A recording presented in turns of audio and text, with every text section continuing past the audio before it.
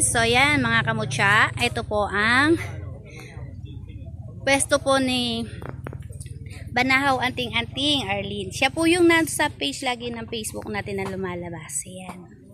Sa mga nagnanais ng iba't ibang uri ng pangontra, pang depensa, pang paswertes, anumang uri ng hanap buhay, narito po ang kanilang mga lucky charm. Ayan, no. Mag-asawang duwende. Ito sa ano to, love. Panggayuma, panghalina. Ayan, guys. So, syempre, ang mag-asawang duwende sa pera. Ayan. Talaga ako. Ayan po. So, ito po namit namin ang admin ng, ayan po siya. Ayan po ang admin ng Banahaw Anting-Anting. Member po kami ng group na yan. So, yun guys. Ito po yung contact number.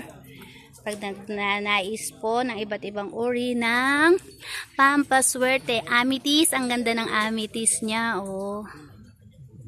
Bahay ng alitap-tap o kahoy na pinagbahay ng alitap-tap, mga white quartz, iba't ibang uri ng pampaswerte, motya. Ayan po, madami dito.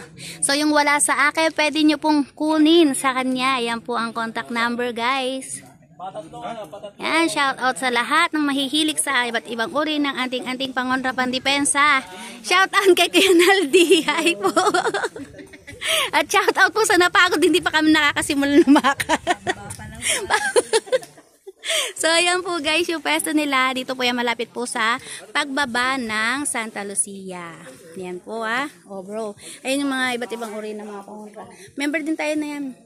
Panood mo, Banahaw Anting-Anting. Siya yung admin. Yan.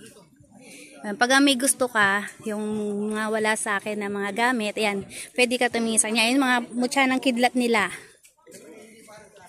Ito, mutya ng kidlat, ngipin ng kalabaw.